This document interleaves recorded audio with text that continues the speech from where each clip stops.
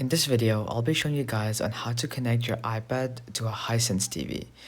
So in this video, we'll be using the mirror screen method where we'll directly connect our iPad to the TV, and so anything you do on the iPad is done on the TV itself. So for this method to work, the first thing you need to do is connect your Hisense TV. So let me show you. You want to connect your Hisense TV to the same internet that your iPad is connected to. You want to make sure they're the same so the screen mirroring happens, and so you can see the device when you screen mirror. After you have made sure that both the devices are connected to the same internet or network, then you want to use your fingers right here to slide down the control panel right here, and I want you to click on the screen mirroring button right here.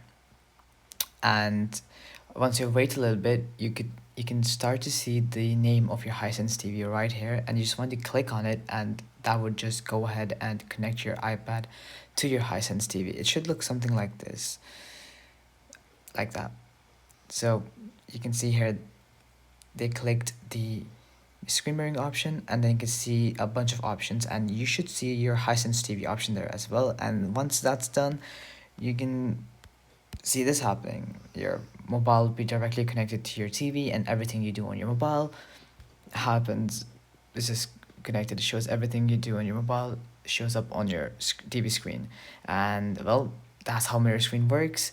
And like that, you have connected your mobile phone to, or your iPad in this case, to your Hisense TV. So anyways guys, that'll be for this video. I hope it helps you guys out, and I'll be seeing you guys next time. Peace out.